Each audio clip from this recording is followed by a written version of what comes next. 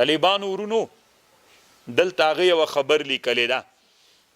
ابن ابي دنیا نه یو حدیث نقل کړی روح المانی د معاذ ابن جبل حدیث ته.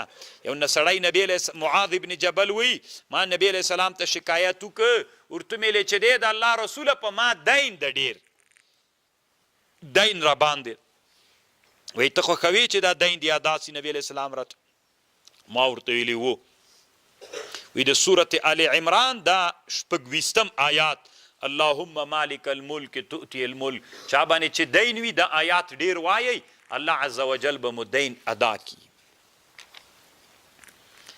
لا يتخذ المؤمنون الكافرين اولیاء ندی نیسی مؤمنان کافران په دوستی من دون المؤمنین ومن يفعل.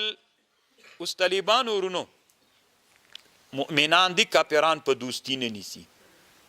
علما وی چې مشرک مسلمان را جګیږي له مشرک نه استعانت په مقابل د مشرک کې اخلي دا څنګه ده؟ له یو کافر سره یې مونږ جنگ ده له بل کافر نه استعانت و کومک د دغه کافر په مقابل کې اخلو دا جایز ده. خو طالبانو د بغاتو په مقابل کې بیا جایز نه ده، د خوارجو د بغاتو په مقابل کې جایز نه ده. مونږ جنگ د باغیانو مسلمانانو سره ده. خوارج مسلمانان خودی خو بغات دي، د کافر نه کومک په مقابل د باغی او د خوارجو کافرو په مقابل کې دا شرعاً روانه ده. ګوري تاسې دې ټکي ته فکر وي.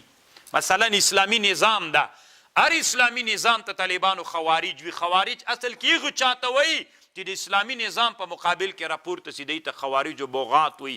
دغه بغات او خوارجو سره چې ته مقابله کوې د یو کافر مملکت نه استعانت و کومک اخلي د هغې په واسطه باندې.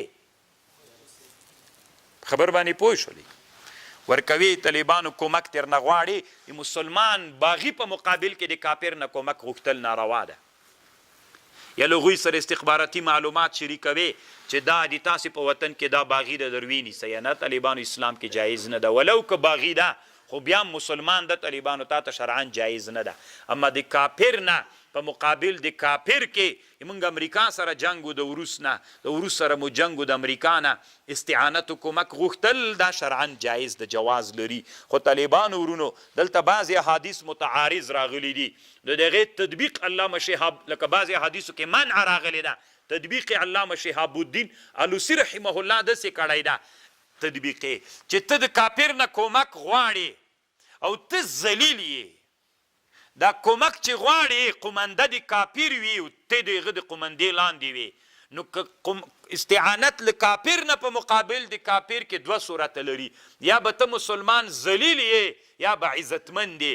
که قومنده د کافر په لاس کې ولا نو کافر نه د استعانت په مقابل د کافر کې غوښته دا ناروا ده. او که ته عزتمند یې، قدرت دې درلوده، واک دې درلوده، د کافر نه استعانت په مقابل د کافر کې خو چې قومنده او عزت د تا سره بیا جواز لري، جایز ده. خبر پوهېږئ که نه؟ ومن يفعل ذلك فليس من الله في شيء.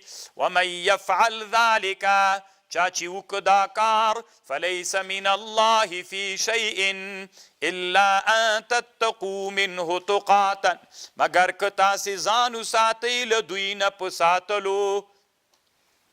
ويحذركم الله نفسه، ویروي الله تاسې له خپل نفس نه. والى الله المصير، الله لره ورګرځېدل دي.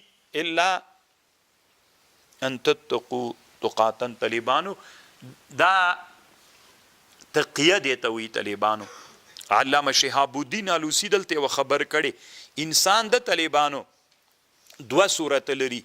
یو انسان ده له یو چا سره دښمني ده، له کافر سره دښمني ده. نو د کافرو د مسلمان چې په خپل مابین کې کومه دښمني ده دا د دین په بنا باندې دا دښمني ده. نو دغه دښمني که چېرته داسې چلو کفر په یوه منطقه باندې واکمن سو، نو هلته د دا او د هغه خو دغه دښمني د دین د وجې نه ده. نو ته دلته دین ته نه پرېښودل کېدلې، ته تقیه نسې کولی چې یعنې ووایي یو شی په زړه کې د بل شی دې جنه به هجرت کوي. یو که داسې و چې ضعیف ولې ښځې و، ماشومان و، ړانده ول، بندیان ول، نو هغه طالبانو بیا پروا نه کوي که هغوی دلته واوسېږي تقیه وکړي شرعن پروا نه کوي. نو دا یو قسم ده. دویم طالبانو داسې تقیه ده چې د یو چا په مابین کې دښمني د دین د وجې نه نه په مالو په دولتو په دنیا باندې دښمني وي. نو که خبردار د طالبانو ورونو علما وایي چې دا کسانو چې مالو نفسو عزتو ابرو ته نو دوی دیم دلته نه اوسېږي له دې جې نه دې وځي. خو علما وایي چې په دې باندې دته ثواب شته که نه روح الماني د ثواب قایل نه ده. ګوره اوس د مسلمانو د کافر خو د دین د وجې نه ورانه ده. تا دین ته نه پرېږدي نو ته به زتي له دین نه تېرېږې، تا باندې هجرت واجب ده. اما که داسې یو جي ته لاړل چې هلته غله ول د تا عزت ابرو مال ته د خلکو تاوان رسو نو هغه تا سره چې ورانو دین سره د وران نه و د تا عزت و ابرو مال ته تاوان رسو. دلته پاتې کېدل هم طالبانو جایز نه ځکه عزت و د مال د ټولو نه دفاع واجب ده. ووځه له دې جنه. خو که ووتلې دا هجرت دې وکړه په دې هجرت کې ثواب شته که نه روح الماني قایل د ثواب نه ده طالب.